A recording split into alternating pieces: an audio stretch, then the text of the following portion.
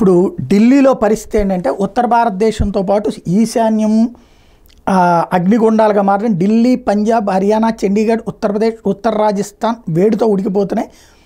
43 నుంచి 45 డిగ్రీల సెల్సియస్ ఉష్ణోగ్రతలు నమోదవుతున్నాయి. ఢిల్లీ పరిస్థితి మరీ దారుణంగా ఉంది.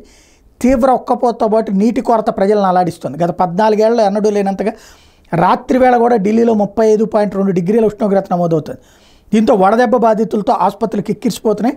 ఢిల్లీలోని కేంద్ర ప్రభుత్వ ఆధ్వర్యంలోని ఆర్ఎంఎల్ ఆసుపత్రిలో గత 2 రోజులు 22 మంది వడదెబ్బ బాధితులు చేరారు. వాళ్ళలో 5 చనిపోయారు. 13 మంది వెంటిలేటర్ మీద ఉన్నారు. ఆసుపత్రికి వచ్చినప్పుడు వాళ్ళ శరీర ఉష్ణోగ్రతలు 105 డిగ్రీల ఫారెన్హీట్ చూపించినాయి. బాధితుల కోసం ప్రత్యేక వార్డుని ఆసుపత్రి ఏర్పాటు చేసిందనేటువంటి పరిస్థితిని అర్థం చేసుకోవచ్చు. మరోవైపున ఢిల్లీలో నీటి కొరత మీద ప్రధాని మోడీ స్పందించబోతే ఈ నెల 21 నుంచి నిరాదీక్ష చేస్తానని దీంట్లో రాజకీయం చేసుకుంటోంది అతిశి. తన ప్రభుత్వం చేయాల్సినటువంటి దాన్ని చేతకానితనాన్ని కవర్ చేసుకురావడం. అవతల ఉన్నటువంటిది హిమాచల్ ప్రదేశ్ నుంచి నీళ్లు రావాలి. హిమాచల్ ప్రదేశ్లో ఉన్నది కాంగ్రెస్ ప్రభుత్వం, వీళ్ళ కూటమి ప్రభుత్వమే. వాళ్ళు నీళ్లు విడుదల చేయట్లేదు. మరి దానికి ఎవరిని అడగాలి? దాని మీద మోడీ వైపుకి తీసుకెళ్తారు. ఇప్పుడు నరేంద్ర మోడీ గారు ఎప్పటికైనా ఆలోచించాల్సింది ఏంటంటే రెండవ రాజధాని అవసరం దేశానికి.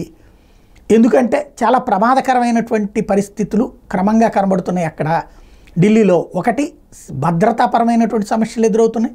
రెండో పక్కన ఆ భూమి చాలటం లేదు. ఇంకోటి, దక్షిణాది కూడా రాజధానిగా ఉండాలని గతంలోనే అంబేద్కర్ గారు చెప్పున్నారు. ఆ పాయింట్ని గుర్తుపెట్టుకున్నప్పుడు హైదరాబాద్, ఆంధ్రప్రదేశ్ మధ్యలో ఏమైనా కట్టుకోవచ్చు, రాజధాని పెట్టుకురావచ్చు.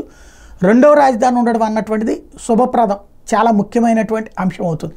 తద్వారా దక్షిణాదిలో బలపడ్డటువంటి భారతీయ జనతా పార్టీ రాజకీయంగా కూడా ఎదగడానికి అవకాశం ఉంటుంది. అవసరమైతే చెన్నై, బెంగళూరు, ఆంధ్ర ఏదైతే రాయలసీమ మూడింటి మధ్యలో పెట్టచ్చు.